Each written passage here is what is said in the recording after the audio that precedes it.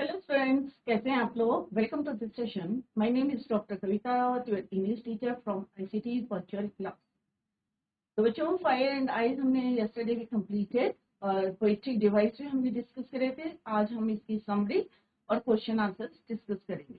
तो fire and eyes आपको जो है समझ में आ गया होगा कि यहाँ पे पोएट रॉबर्ट फ्रॉस्ट किसकी बात कर रहे हैं कि अगर वर्ल्ड का एंड होना है तो मे बी वन रीजन, जैसे वन ग्रुप क्या कहता है कि it will and by fire, और दूसरा ग्रुप क्या कहता है कि इसका अंत किससे होगा, फायर से। तो आइस और फायर, और दोनों को ह्यूमन इमोशन से जैसे कंपेयर किया, सिंबलाइज किया है डिजायर एंड हेट्रेड, कि अगर हमें जो है इतनी इच्छाएं हमारी बढ़ जाएंगी या हमारे अंदर जो है नफरत, तो जिस तरह से आइस जो है धीरे धीरे स्लोइंग स्टडी जो है मे बी जो है अर्थ का एंड हो सकता है उसके थ्रू, सिमिलरली हमारी हेट्रेड जो है धीरे धीरे जो है बढ़ के हमारे होता है ना बच्चों, एक अगर हमारे अंदर ग्रीड होती है, लालच होता है, तो हम पूरी जिंदगी जो है उसी को करते करते जो है एंड हो जाता है लाइफ का। सिमिलरली अगर हम किसी से नफरत करते हैं तो उस चक्कर में पूरी लाइफ निकल जाती है। तो ऐसा नहीं है, एक मैसेज कन्वे किया है थ्रू दिस पोम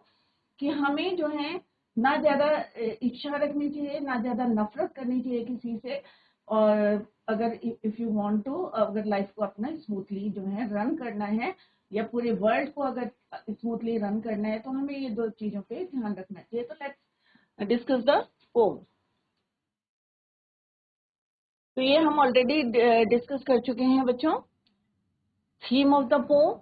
और यहाँ पे हमने डिस्कस करा था पोइटिक डिवाइस और राइम स्कीम। तो राइम स्कीम क्या है बच्चों, ए बी ए, क्योंकि आगे क्वेश्चन आएगा। और अगर हम पूरी पोम का देखेंगे तो ये हमने अलग अलग निकाला था। अगर पूरी पोम को कंटिन्यूएशन में देखेंगे तो हमारा राइम स्कीम क्या बनेगा, फायर। तो देखते हैं कि फायर से कोई यहाँ पे राइम कर रहा है या आइस से कोई वर्ड जो है साउंड कर रहा है सेम। तो ट्वाइस, राइट। तो ट्वाइस, तो next is your fire, ice, desire, fire. तो फायर, और हमें क्या देखना, आइस से कोई राइम करता है, फायर, आइस। तो यहाँ पे क्या है, ट्वाइस। तो यहाँ पे आइस के लिए हमने क्या यूज करा है, बी। तो यहाँ पे क्या हो जाएगा बच्चों, बी। तो अगर हम पूरी ओवरऑल पोम देखेंगे इन दैट केस, तो आप इसको समझें,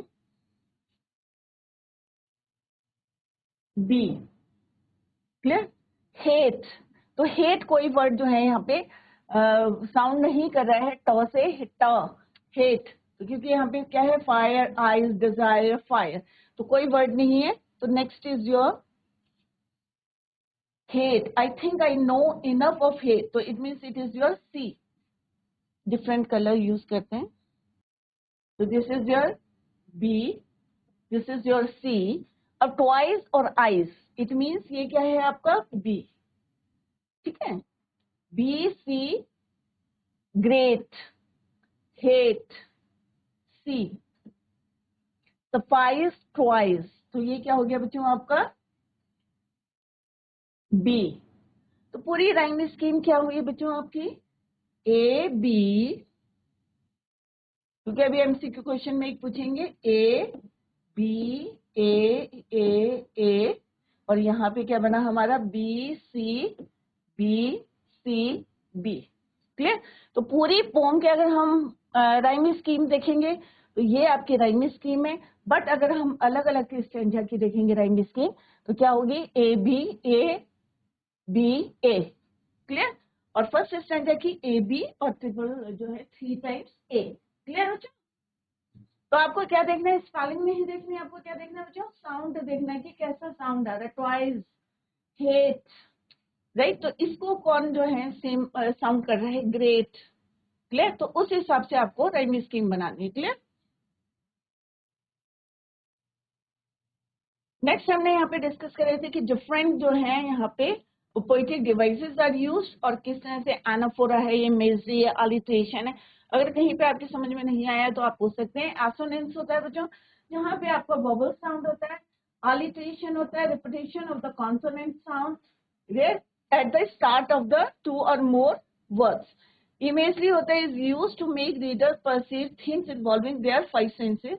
जब हमारे यहाँ पे क्या होता है, रिपीट होते हैं कॉन्सोनेंट, सॉरी यहाँ पे क्या है, इमेजरी। इमेजरी क्या होता है कि जब हम जो है यहाँ पे इमेजिन कर रहे हैं किसी चीज को, तो that is your imagery.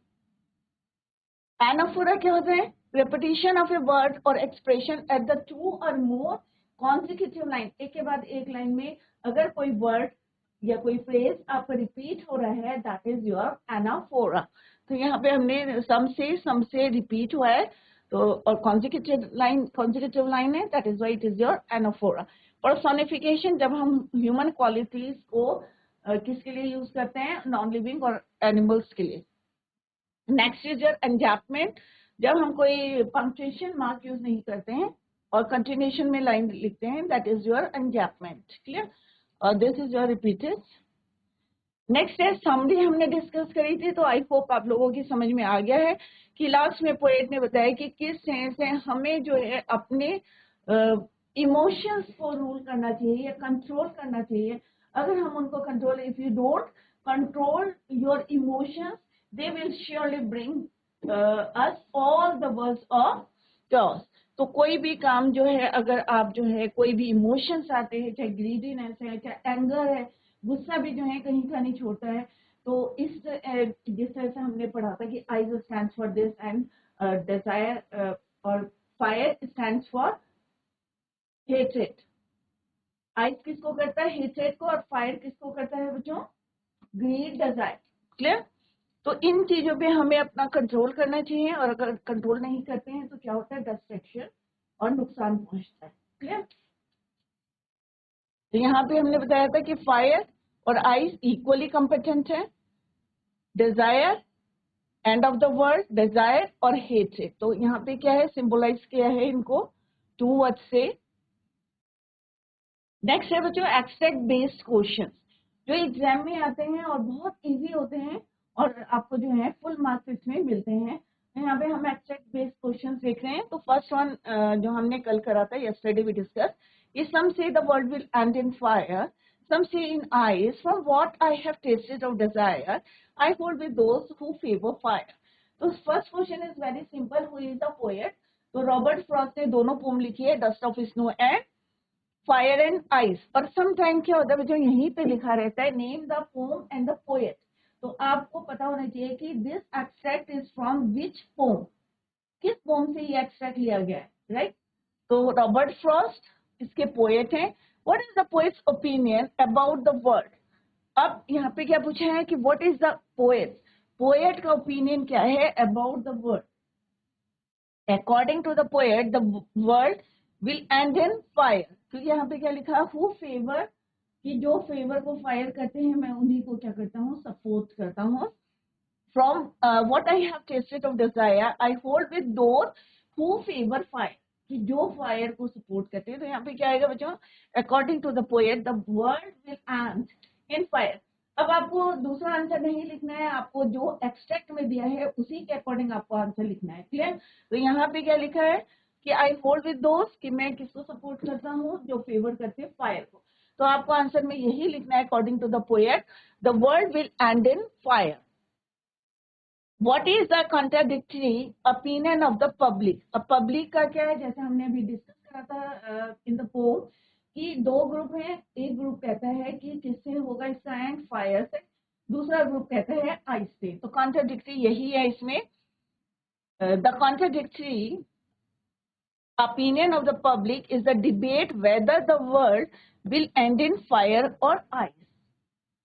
Next है, how are ice and fire similar to each other though they have contradictory traits। अब यहाँ पे बोला है कि ice और fire, क्योंकि लास्ट में क्या बोलते हैं, वो एग्री करते हैं कि ice और fire both are equally competent, right? तो यहाँ पे similar to each other though they have contradictory traits, both ice and fire are similar in the sense that both of them would destroy everything in the world। अभी आप picture में देख सकते हैं दोनों चीजें जो हैं टोटली डिफरेंट होती है, आइस और फायर, बट दोनों जो हैं कैपेबल हैं, या आप कह सकते हैं कॉम्पिटेंट है to destroy the world. Next है but if it had perish, perish का मीनिंग मैंने आपको बताया था die, clear. Perish twice, I think I know enough of hate to see that for distraction eyes is also great and would suffice. तो यहाँ पे क्या बोला है बच्चों, what does it refer to? अब यहाँ पे it किसको रेफर किया है, तो इन द फर्स्ट लाइन में लिखा है ना बट इफ इट, तो ऑब्वियसली किसके लिए यूज करा है बच्चों, वर्ल्ड के लिए। It refers to the world, संसार के लिए यूज हुआ है it. What do you mean by perish? Perish का मतलब क्या होता है बच्चों, अभी मैंने बताया आपको die. Perish means to die or to be destroyed. खत्म करना किसी चीज को, that is the meaning of perish. What does ice stand for? Ice stands for coldness भी लिख सकते हैं, और क्या लिख सकते हैं इसमें, slow and steady, धीरे धीरे जो है, ice stands for coldness. What would be the cause of destruction? Ice or fire? Would be the, दोनों में से कोई भी हो सकते हैं, और दोनों जो हैं, क्योंकि यहाँ पे पोएट ने बताया है, रॉबर्ट फ्रॉस्ट ने, both are equally competent to destroy the world. Ice or fire would be the cause of destruction. Clear? अभी हमने देखा कि बच्चों एक्सट्रैक्ट बेस्ड क्वेश्चंस की जिस तरह से एग्जाम में आते हैं, तो आपको बाहर से कोई आंसर नहीं लिखना, with in the passage extract में जो क्वेश्चन पूछे हैं बेस्ड क्वेश्चंस, वहीं से आपको आंसर देने हैं। क्लियर? नेक्स्ट टाइप के क्वेश्चंस हैं बच्चों MCQ questions, multi choice question. Clear? तो ये भी हमारी पोएम पे बेस्ड होते हैं। तो पोएम हमने जो है लाइन वाइज जो है डिटेल में हमने एक्सप्लेनेशन पढ़ा है उसका, और जो है इस तरह से अभी हमने एक्सट्रैक्ट बेस्ड भी क्वेश्चंस उसके कर लिए हैं। अब हम now we are going to discuss MCQ question, multi choice question. First क्या है बच्चों, it is very simple, who is the poet of the poem fire and ice. तो मैंने पहले भी आपको बताया है कि कोई भी हम पोएम पढ़ते हैं, चाहे डस्ट ऑफ स्नो हमने पढ़ ली है, चाहे फायर ऑफ आइस पढ़ ली है, दोनों के कौन है पोएट, रॉबर्ट फ्रॉस्ट। तो यहाँ पे ऑप्शन दे रखे, लेस्ली नॉरिस है, रॉबर्ट फ्रॉस्ट है, कैरोलिन वेल्स है, रॉबिन क्लीन है। तो its answer is your Robert Frost, B is your right answer. What does the poet compare fire with? अब फायर को किससे कंपेयर कर रहे हैं बच्चों, कई बार मैंने आपको लिखा है कि fire, desire, ice, hatred.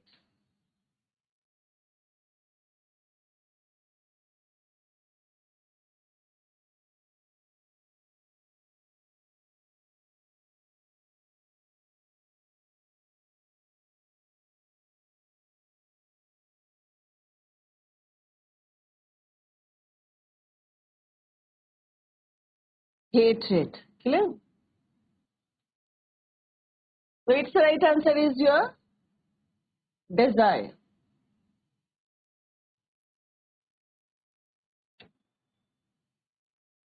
Next is what is the meaning of perish. तो अभी हमने डिस्कस करा था कि पैरिश का मीनिंग क्या है बच्चों, ब्लूम करना होता है, खिलना, राइज, या डाई, या ग्लो। तो its answer is your C, die. Robert Frost. Next is what would suffice if the world were, suffice destroy, what would suffice if the world were to perish twice? Ice, fire, hatred, both 1 and 2. तो obviously इसका answer क्या है, अगर दो बारी होता है तो fire and ice, that is 1 and 2। Next question क्या है बच्चों, what will be a better option to end the earth? कौन सा बेटर ऑप्शन है? तो लास्ट में तो पोएट भी एग्रीड हो गए थे कि बोथ आर क्या है बच्चों, इक्वली कॉम्पिटेंट है। तो which one is your right answer, fire, ice, both are equally competent. Clear?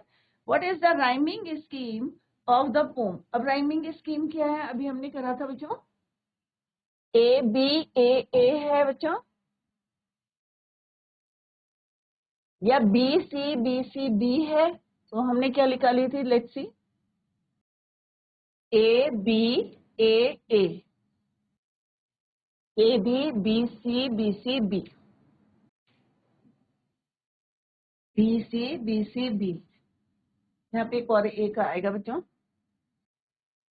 So its answer is your A, B, triple A, B, C, B, C, B, right? Name the poetic device used in the line I hold with those who favor fire. तो यहाँ पे क्या है, vowel sound आ रहा है, long vowel sound, those hold, clear? तो it means क्या है बच्चों यहाँ पे, assonance। तो कौन सा poetic device is used? That is your assonance. Next है, name the poetic device used in the line some say the world will end in fire. तो some से अगर हम देखेंगे तो consecutive line में ये क्या हो रहा है, रिपीट हो रखा है। तो some, तो कौन सा यहाँ पे poetic device यूज हुआ है? some से अगर हम इसकी नेक्स्ट लाइन में भी देखेंगे some से, तो कौन सा है बच्चों? एनाफोरा। बट यहाँ पे दो लाइन जो है नहीं लिखी गई है, ओनली वन लाइन जो है इट इज रिटन है, सम say the world will end in fire. S और एस जो है alliteration. Name the poetic device used in the poem to say that for distraction ice is also great. तो यहाँ पे क्या बोला है बच्चों? The poetic device used in the line to say that for distraction ice is all great. तो हम imagine कर सकते हैं, तो यहाँ पे इमेजिनरी है। इसमें भी कह सकते हैं कि कुछ नहीं कहा है, some say the world will end in fire। तो हम इसको इमेजिन कर सकते हैं कि भाई वर्ल्ड को एक दिन किस में एंड होना है, तो दैट इज योर इमेजरी भी हो सकता है यहाँ पे। और सम से एस एस भी रिपीट हुए हैं यहाँ पे, ऑलिटेशन भी हो सकता है, clear? Next is your where has he use personification. अब पर्सोनिफिकेशन कहाँ पे यूज करा है? फायर और आइस दोनों के लिए क्या यूज हुए हैं? वर्ड्स यूज हुए हैं, डिजायर और हेट्रेड। ह्यूमन कैरेक्टरिस्टिक्स को यूज करा है कि किस से fire and ice are capable to destroy the world.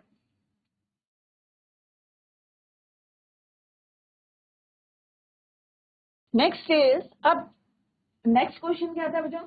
20-30 words के एग्जाम में आते हैं क्वेश्चन, और आपको एक हमने कराया कि extract based question very important, जैसे एग्जाम में आते हैं। सेकंड हमने कराया MCQ questions, multi choice question. Third type के आपके आते हैं एग्जाम में, 20-30 वर्ड्स के आते हैं, राइट? तो first is your there are many ideas about how the world will end. Do you think the world will end someday? Have you ever thought what would happen if the sun gets so hot that it bursts? तो यहाँ पे 3 part में आपको question पूछा गया है। पहला question क्या है बच्चों? There are many ideas about how the world will end. बहुत सारे आइडियाज हैं वर्ल्ड के एंड के, कई ने अपने अपने ओपिनियन दिए हैं। डू यू थिंक, क्या आप सोचते हो कि the world will and someday, किसी दिन जो है हमारे वर्ल्ड का एंड हो जाएगा? Have you ever thought that would happen, और तुम्हें लगता है कि कभी ऐसा हो सकता है कि if the sun gets so hot that it burst, कि इतना हमारा सन का टेम्परेचर बढ़ जाएगा, इतना हॉट हो जाएगा कि सो दैट कि वो बस्ट हो जाएगा, और ग्रोथ कोल्डर एंड कोल्डर, और धीरे धीरे क्या होगा, वो ठंडा होता रहेगा। पहले गर्म होगा और फिर बस्ट हो जाएगा, और धीरे धीरे क्या हो जाएगा, कोल्ड। क्योंकि अगर सूरज नहीं निकलेगा तो क्या होगा, आप लोग इमेजिन कर सकते हैं। There are definitely many ideas about the world will end. I do believe that the world will end someday, as anything that has a beginning will have an end. This stands true for the world also. If the sun got so hot that it burst, the whole of the earth would perish immediately, as no part of the earth can bear the heat of the intensity. अभी भी आप देख रहे होंगे कि कितना climate change हो रहा है। आपने देखा होगा टेम्परेचर किस तरह से राइज कर रहा है डे बाय डे, और मे बी इतना टेम्परेचर बढ़ेगा, इतना ज्यादा टेम्परेचर बढ़ेगा कि और हॉट हो जाएगा हमारा सन, एंड इट बस्ट। तो हीट ऑफ दैट इंटेंसिटी तो अनबियरेबल हो जाएगी हीट। अभी भी आप बाहर निकलते हैं तो कितना ब्लेजिंग सन को फेस करना पड़ता है। तो यही अगर कंटिन्यूएशन में रहेगा तो मे भी हो सकता है एक दिन जो है हमारा सन क्या होगा, बस्ट होगा, एंड अर्थ में कोई भी रह रहा है, चाहे एनिमल्स हैं, बर्ड्स हैं, ह्यूमन बींग्स हैं, can't bear the heat. But if the sun grew colder and colder, everything will come to an end, as without sunlight, life will end. अगर सन गर्म होने के बजाय, अगर इसका अपोजिट, क्योंकि दो वर्ड्स हमने यहाँ पे पढ़े हैं बच्चों, एक फायर और एक आइस। अगर सन जो है it grew colder and colder, अगर ठंडा होता है तो भी क्या होगा, क्योंकि without sunlight life will and, क्योंकि सनलाइट की बहुत जरूरत है, चाहे कोई भी हमारे नेचुरल प्रोसेस हैं, चाहे फोटोसिंथेसिस है, राइट। तो हीट हमें चाहिए, और हीट हमें कहाँ से मिलती है, सनलाइट, राइट। तो अगर सनलाइट हमारा क्या होगा, colder and colder, everything will come to an end, without sunlight life will end. Clear. Next question क्या है, फॉर फ्रॉस्ट, रॉबर्ट फ्रॉस्ट के लिए बोला है, what do fire and ice stand for. Here are some ideas. तो fire किसके लिए बोला है उन्होंने, fire stands for greed, right, avarice, lust, conflict, fury. और आइस के को किससे कंपेयर करा है, स्टैंड्स फॉर या symbolises cruelty, intolerance, rigidity, insensitivity या कोल्डनेस, इंडिफरेंस एंड हीट। तो ये आपको इसी तरह से आपको याद करना है, और मोस्टली ये इस टाइप का क्वेश्चन एग्जाम में पूछते हैं। क्लियर। नेक्स्ट क्वेश्चन है, what is the rhyme scheme of the pome. तो बेटा ये 5 लाइन की है, तो यहाँ पर एक और ए आएगा, जैसे हमने अभी करा। Rhyme scheme of the pome is, तो सिंपल राइम स्कीम पूछिए, और हमने आपको अभी बताया कि कैसे आपको राइम स्कीम बनानी है। किसी भी लाइन का लास्ट वर्ड लिखना है, अंडरलाइन करना है, फिर नेक्स्ट लाइन का लास्ट वर्ड आपको अंडरलाइन करना है, फिर देखना है कि वेदर जो है ये राइम कर रहे हैं या नहीं कर रहे हैं, right. How does it help in bringing out the contrasting ideas in the poem? This rhyme scheme helps in bringing out the contrasting ideas of fire and ice presented in the poem. The poet mentions that both fire and ice are probable, yet equally competent to destroy the world. He talks about how fire represents desire and can therefore be a cause of the end of the world. Frost also mentions, Robert Frost के लिए बोला है, Robert Frost also mentions ice is between to symbolize that the coldness, indifference towards one another will be enough to end the world. Last में उन्होंने बोला कि दोनों जो हैं both the factors ice and fire both are equally competent to destroy the world. In the second stanza, he says that he knows of enough hate in the world to be sure that even dissection through ice would be sufficient to bring, suffice means sufficient to bring about the end of the world. और second stanza में उन्होंने बताया कि भाई ice भी उतना ही powerful है, उतना ही स्ट्रांग है जितना कि फायर है to end the world. Clear. तो इस टाइप के क्वेश्चंस एग्जाम में आएंगे, आई होप आप लोगों की समझ में आ गए होंगे। नेक्स्ट है बच्चों, according to the poet what do ice and fire symbolise. तो बहुत इंपॉर्टेंट इस टाइप का क्वेश्चन है, जैसे हमने पहले भी डिस्कस करा था। According to the poet Robert Frost, ice symbolises, same है आपको जो हमने अभी अभी हमने डिस्कस करा था, फायर। इस टाइप से भी क्वेश्चन, और इसी को अगर घुमा के क्वेश्चन पूछेंगे तो आंसर दोनों का क्या है बच्चों, सेम आंसर। यही आपको जो है नेक्स्ट में लिखना है। Symbolizes hatred, coldness, rigidity, and these human cold emotions and lack of love are destructive enough to remove the warmth of the fire and destroy the world. Fire symbolizes unlimited wishes and desires. अगर हम जो है fire को किससे symbolize करा है? Dzire से. हमारी इतनी इच्छाएं बढ़ जाती हैं. Desires of human beings like violent feelings of anger, cruelty, brutality, etc. that might end the world. आपस में ही लड़ेंगे, हम आपस में नफरत करेंगे और ग्रीडीनेस के लालच के चक्कर में जो है हम एक दूसरे से क्या होता है, भावनाएं जो है चेंज हो जाती है, इमोशंस, राइट. तो यहाँ पे पोएट ने यही मैसेज कन्वे करा है कि अगर हम इन इमोशंस को कंट्रोल नहीं करेंगे, अनमॉनिटर्ड रहेंगे, तो एक दिन वर्ल्ड का एंड हो सकता है, right. What is the message of the pome fire and I?